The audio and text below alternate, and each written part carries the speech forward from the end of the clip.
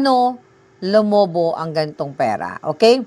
So, from 4 million pesos na start-up capital ng kumpanya, okay, bumili si Tambaluslos at ang mga kasabwat niya ayon sa ombudsman ng 886 million worth of shares. Nakalaunan, like 3 years, naging 21.6 billion. Okay? So, ayon sa news na binabasa natin, okay, ito ay DigiPlus deal na di umano ay pinagkitaan ni Romualdez o ni Tambaluslos. Nakakabigla, hindi na to nakakabigla. Hindi na ito, mga kababayan, nakakagulat dahil ito talaga ang laro sa bangag administration. Alright? Nakakagalit, nakakagigil dahil sa kabila ng mga pagnanakaw nila, mukhang wala talagang hustisya sa ating bayan. Alright? Paano naging 21 billion? Okay, ang 4 million na capital, and from 4 million paid up capital for that company, nag-invest ng 886 million, okay bago mag 21 billion, nag-invest muna, okay, si Tambaluslos ng 886 million pesos from that company na Clear of Springs ba ang pangalan? Then, mga kababayan, hindi maipakita kung saan galing yung pera. Right? Sabi sa balita, eto. So, talaga ng nagkaso ng supplemental complaint ang ombudsman at ang naghain ay special panel of investigators ng Office of the Ombudsman Jolol na si Remulla, na alam naman natin magkakasabot yung mga yan. Laban nga dito kay Tambaluslos at sa iba pang mga kasabwat daw ni Tambaluslos ang kanyang abogado. So, yung complaint is ganito. Ito yung allegation, di ba? Plunder, graft, bribery, at money laundering. At ngayon ay pinag-aaralan daw nila, preliminary investigation, chuchu. Sabi ko nga, later on, baka na mamaya wala na naman probable cause niyan at absuelto na naman si Tambaluslos kasi I believe hindi pa na-freeze yung kanyang account, right? Kasi dapat ma-freeze na yung kanyang account para mapigilan ang pag-transmit pag-transmit ng mga pera sa offshore accounts kung meron man. So sabi ng ombudsman, okay, ang isang kumpanya na tinatawag na hindi pala Clear Spring Holdings, okay? Offspring kasi, no? Clear Spring Holdings Corporation, ito na, ang bumili ng 330.6 million shares ng DigiPlus Interactive Corporation noong 2022. Okay. Tandaan ninyo, ang paid-up capital ng kumpanyang ito is only 4 million pesos. Then, based dito sa binabasa nating artikulo 4.4. Hindi, walang 4. 330.6 million shares, right, ang binili noong 2022 na nagkakahalaga ng shares to 886 million pesos. Okay? Ang total of shares, 330 million. Ang halaga ay 886 million pesos.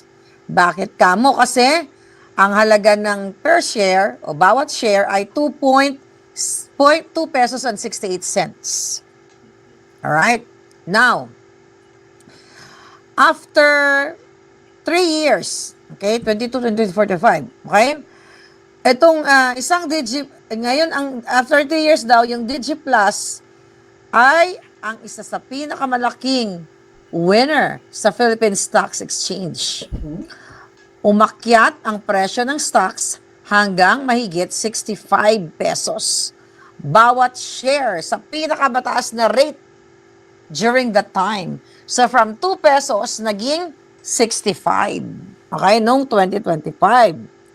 Kaya gano'n na lang daw yung valuation ng dating 866 million pesos na ininvest ni Tambaluslos at mga kasabwat niya doon sa company na may paid up capital lang na 4 million, kaya umakyat sa 21 billion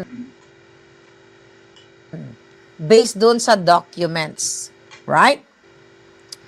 So, ang explanation dito, almost 24 times ang pagtaas, okay, o paglago ng investment ni Tambaluslos. Pero mga kababayan, ang malaking katanungan dito, sino ba talaga yung may-ari nitong Clear Spring na ito? Alright? Dahil ayon kay Bonjing Remulla, itong kanyang supplemental complaint, hindi daw independent company ang Clear Spring. At sa halip, inaangkin ng reklamo na isa lamang itong nominee vehicle na ginagamit umano upang magmay-ari at magtago ng mga assets na sinasabing beneficially owned ni dating House Speaker Martin Tambaluslos Romualdez. Okay? So yun ang alegasyon ni Bonjing na utos ni Satanas. We don't know kung talaga ba nag-aaway sila. We don't know kung talagang ito ay isasama lang talaga. Well, we all know na isasama ito sa SONA, pero ang question natin, pananagutin ba? Right? Thank you sa Jewel, okay? Galing sa, okay? Ano tawag dito? Ano sabi dito? Galing mag-explain. I am sure, ay ibahin na naman ni Bonjing ang explanation. Okay, tingnan natin. Ngayon, alright, tingnan natin palangga. Jico, thank you. Alright. Channel 167, thank you for sharing and like. Ang question natin dito, ang sabi ng mga investigador ni Bonjing ni Bangag, yung paid up capital ng Clear Spring ay only 4 million. Alright? Mga buhaya, mag-gorgor na sila sana. O nga 4 million lang daw. Kaya nga ang tanong nila, bakit nakabili ng investment na nagkakahalaga ng 886 million? Sabi ko nga, kahit kinder dito, di ba, na marunong mag-addition, okay? Meron kang 4 million na like as a business person, 4 million lang ang puhunan mo, paano ka nakabili ng 886 million na halaga ng investment? O let's say equipment, o kung ano pa man. Okay? Paano nila maipapaliwanag? Right? Paano nila maipapaliwanag? Saan na naman ito nakuha itong 886 million? Which is yun now iniimbestigahan nila saan nang galing yung pera. Well, alam naman natin, di ba? Expose ni Zaldico ay mali-maletang pera ang deliver kay Tambaluslos. Pero ang question, bakit si Tambaluslos lang ang gustong tutukan ng ombudsman? Nasaan yung delivery ni Sandro Marcos? Na mali-maleta na sinasabi ng 22 Brave Marines. O yung isa lang na nagtistigo actually. Nasaan ang mali-maleta ni Satanas, ni Bangag? Bakit si Tambaluslos lang ang pinipiga nila? Which is dapat talaga. Dahil alam naman natin na ang mastermind, mga kababayan, ay si Bangag. Ayon sa financial statements, sinabi umano na may loan mula sa Hong Kong. Alright? Pero sabi naman ng ombudsman ng mga Bangag, then wala daw nakitang loan repayments. Yun na nga, walang paper trail. Wala din daw interest expense. Walang interest payable, 'di ba? Wala ka makikitang transaction na nagpalitan kung nangutang ka ng 886 million, 'di ba? Kung kanino kang kasiyoda nag-loan, sa bangko o kung cash man binigay sa iyo, saan mo dineposito yung pera? Saan nag-in and out ang pera? Right? Kaya sinasabi ng ombudsman ng mga Bangag, sila na naggagaguhan dito, dahil mayroon daw serious doubt sa pinagmula ng pondo para ipambili ng shares. Yan, mga kababayan. Kasi ang Clear Spring ay may pareho pa daw office sa Makati na ginagamit din ng law firm ni Attorney Jose Raulito Paras. Ito yung kasama sa kinasuhan na abogado ni Tambaluslos. At based sa complaint, Okay, halos daw lahat ng paid-up capital ng company ay nanggaling sa partner ng nasabing firm. Alright? So, isa rin ito sa mga circumstance na ginagamit ng ombudsman upang suportahan ang kanilang aligasyon ng nominee arrangement. Alright. So, balikan natin yung shares, okay? Doon sa pagbili yung pagbili yung bentahan naman ng shares this year. Alright? Ngayon, nung Feb this year, nagbenta ang Clear Spring ng 113.12 million shares. At isa sa bumili ay si businessman Eusebio Yossi Tangco. Okay? So, bumili siya ng 63.12 million shares sa presyong 1640 bawat share. So, halos nagkakahalaga daw ito ng 1.04 billion pesos. Ay, nako. So, humigit kumulang, okay, ang natira na lang ay humigit kumulang 50 million shares ay naibenta na rin. But based on the disclosures, okay, hindi daw tinukoy kung sino yung ibang mga buyers. Bakit sekreto lahat? Right? Hindi natin alam saan galing ang pera. Sino ang buyers? Diba? Hindi po pwede yun. Nasikreto lahat. Well, alam naman natin talaga. Alam na natin na talagang walang patutunguhan ang bangag government at ang makasabwat nila. Imagine we're just talking with one person. With this Tambaluslos. Siya pa lang Wala pa yung 300 plus, 400 plus, 1,000 plus ka tarpulano. So, sinasabi dito, mga palangga, alright, based daw sa public records, okay, ano sabi niya? Sabi wala actually, wala pang allegation at this point in time kung meron daw, mali doon sa ginawa ni Yossi Tangco sa pagbili niya ng shares. But based sa public disclosures, okay, sinasabi niya ng investment ay bilang pagpapakita daw na ng tiwala sa pagpamamayagpag o paglago nitong DigiPlus. Yan ang sinasabi dito. Ngayon, ang sinasabi ni Romualdez ay dinideny niya ng bongga-bongga. Siyempre, kailan naman aamin yun kahit pitikin mo yung itlog, hindi talaga siya aamin, di ba? At sinasabi niya, hindi na siya papayag na gawin siyang scapegoat. Di ba sinabi niya yun, hindi siya papayag na mag-isa lang siyang haharapin itong mga akusasyon sa kanya, bibit-bitin niya lahat. Parang ganun yung konteksto. Now what? So, ayon naman sa kanyang mga abogado, handa silang harapin, magboboses tayo, handa silang harapin ang anumang kaso at ginigiit nilang wala pang ebidensya na magpapatunay sa mga paratang. Sabi ko nga, kahit pitigin mo itlog, kahit bitayin mo yung mga jotang genimis na yan, hindi talaga sila aamin. Now na nang sinabi ni Ombudsman Crispin Remulla na malapit na pumantay ang paa, na very close na ang paghahain daw ng plunder charges. Very close, sabi ko. Ang tagal yun ang sinabi yun Malapit na, last year pa yun. Okay? Sabi pa ni Remulla, kailangan maging matibay ang kaso dahil inaasahan nilang magiging mahigpit ang legal na labanan. Chuchu-chuchu. Ganun din ang sinabi nila sa ICC. Na-freeze na ba ang account ni Tambaluslos? Yan yung katanungan. Na-freeze na ba yung account? Wala pa, diba? Kailan ba hinatulan si Tambaluslos? Kailan ba siya na-convict? Kailan ba nagdesisyon ang korte natin dyan? Kung sino mang kadyotahang korte. Puro reklamo. Kasi walang hustisya sa ating bayan sa panahon ni Bangag.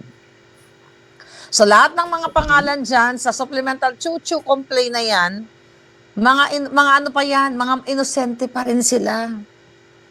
Kasi hindi pa sila convicted at wala pang, punta mo tayo sa probable cause. Wala pang probable cause. So meaning, after that jutang genimis investigation ni Remulla, ni Bonjing, After so, na sabi niya, okay, binusisi namin ng mga papel, chuchuchucho, ay, nakita namin, meron naman pala transaction si Bonjing, ay no, si Tambaluslos, nagkahalo-halo na. Si Tambaluslos, naghiram pala ng pera sa ganito, sa ganyan. Ay, may forward pala silang paper trail or documents na yung kanilang company na Clear Spring from 4 million pesos na paid up capital, meron palang 880, itong 886 pala, ay dumaan pala sa ganito, sa ganyan-ganyan. So, legal pala, legitimate pala. So, absueldo na naman ang Tambaluslos. Magtitiis nga lang muna siya sa mga mga bato, not kasinungal, mga bato sa kanya sa social media. Siguro, tiis ka lang muna. Kasi kailangan ng pinsan mo magsona-sona. Mag-alpot-alpot si Bangag para lang may masabi, para walang kapakapatid, walang pinsan-pinsan. So, pagtsagaan mo lang muna, i-clear ka rin namin. Di ba? Yun ang ginawa nila last year. Even si Charis, nagpalipaliwanag, di ba? Nagkaroon sila, nagpumunta sa ICI. Ano nangyari sa putang ng ICI na yon? Oh, nailabas ba sa publiko kung anong mga pinag-usapan nila doon? Puro kasinungalingan, mga kababayan. Ang malaking tanong, kahit elementarya ka, paano nagkaroon ng kapasidad ang isang grocery, wag ng grocery, ang isang kumpanya o grocery, sige, para mas maintindihan natin. Kasi medyo technical ito sa ibang mga kababayan natin na hindi naman familiar sa mga stock market chuchu na yan. Ako, I know a little bit, pero, you know, hindi ganun kagaling, you know. But anyway, parang ganito yan. Si Aling Nena nagtayo ng tindahan. Ang capital niya, 4,000 pesos. Okay? 4,000 pesos. Diba? Nakita mo si Aling Nena, uy, may bagong tindahan si Aling Nena. Okay? We're talking siguro 30 years from, back, 30 years back. Okay, 4,000, diba? Noong unang panahon, pwede ka na magtindahan. Aba, after 2 days, after a week, nakita mo si Aling Nena, yung grocery niya, puno na puno yung mga truck, nagdi-deliver. Diba? Nagdi-deliver, talagang grabe ang tindahan ni Aling Nena. Tindahan ni Aling Nena. Puno-puno, ang dami niya. Ang dating binibenta ni Aling Nena, uling kahoy lang at tuyo o mantika. Then nagkaroon na siya ng mga bigas, mga bulto-bulto na and everything. Magtataka ka, saan naman to kumuha si Aling Nena ng puhunan? Yung pala si Aling Nena ay may kasabwat sa Bureau of Customs na ninanakaw pala yung mga bigas doon. Di ba? Nakonek ko talaga. Yung pala si Aling Nena ay kasabwat ni Satanas na nagnanakaw doon sa Bureau of Customs yung mga smuggled na mga bigas pala nilagay ni Aling Nena sa kanyang tindahan. Ang mga mantika na imported galing ng Europa, nandiyan, I'm just giving you an example para maintindihan natin. So magtataka ka, 4,000 lang ang declared na capital ni Aling Nena. Tapos bigla siya nagkaroon. Saan naggaling? So naggaling pala sa pagnanakaw doon sa Bureau of Customs dahil kasabwat ni Satanas yung mga container van doon na supposedly i-deliver, ninakaw nila. Right? Ganyan yung nangyayari sa explanation ng ombudsman na 4 million lang yung paid up capital tapos nagkaroon ng investment na 886 million initial na binili yung stocks na yon, 330 million shares na tumaas ng umabot sa 21 billion. Again, we're just talking one person here. And this is Tambaluslos. Right? Sabi ni Barkadahan, ngayon, corn beef na ang tinda, imported pa, haha. Correct. Akala ko yung corn beef, no? Yung mga spam, nakapagbagyo, yung panahon ng mga dilawan, ang ginawa naman ng mga hayop na yon, yung mga donation sa, for sure, ginagawa pa rin ng mga bangag na yun. Yung mga donation coming from US, kung saan-saan, pinapalitan nila ng delata, right? Ay, delata ng sardinas. Yung spam na sana makarating sa inyo, yung mga Hereford corned beef, masarap yun. Di ba? So, pinapalitan nila ng sardinas na malalansa. Parang ganito. Di ba? Parang, well, actually, magkaiba. Barkadahan, magkaiba. I'm just saying, mga kawatan lang talaga sila. So now, mga kababayan, here's another thing. Okay? Nakapagod na nga ito palang kapor ng pangawat yung pinag-uusapan natin. Although naulat na ito, okay? Alright, here's another thing. Mga kababayan, Inimbestigahan pa daw ang 472 million pesos luxury villa sa Spain ni Tamba. Alam mo, inilabas na ito ng media. I think, kung hindi ko nagkakamali, last year. Pero bakit ngayon lang nagngaw-ngaw si Remulla? At ang bangag, okay? Polo matches ng anak ni Tamba Luslos nag-lead, okay, para makita o ma-link ang questionabling 407 nabubulol na sila, wala nyo sa galit, 472 million luxury villa sa Espanya, Spain. Alright? Nasa Soto Grande, yes, Cotton Fin. Alright? So, from that billion investment sa DigiPlus, na we're talking about 886, din naging million, din naging 21 billion, hindi pa nagtatapos to palangga. Tinga pa lang ito, tinga pa lang ng pagnanakaw. Then itong villa sa Spain, mga kababayan, ay pagmamay-ari, umano, sabi ni, hindi na to umano naiulat na to ni Tamba Luslos.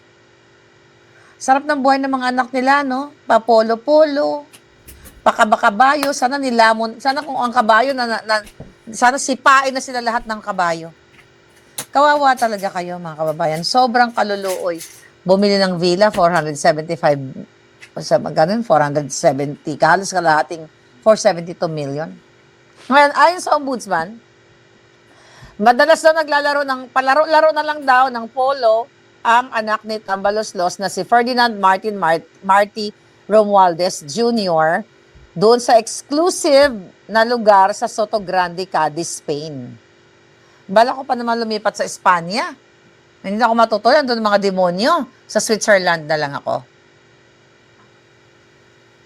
Or sa UK. Or sa Austria. Saan kaya ako lilipat? Oo, hindi ako nagbibiro. Lilipat na ako ng Europe. Doon na lang ako. Masaya sa Europe eh. Maraming masarap magluto. But seryoso pinag-uusapan natin. Marami bang magmamahal dyan sa akin sa UK? Ayan si Tricky Brandy. May magmamahal ba sa akin? Alright. Para naman makikain na lang ako para jumoba na tayo. Hindi. Pero, yeah, one day, I'm thinking about that. Na mag-retire kahit 1 year lang sa Europe. Yung stay ka lang ng walang uwian. Oh my God, ayan na. Kailangan ampunin niyo ako dyan palangga. Nangako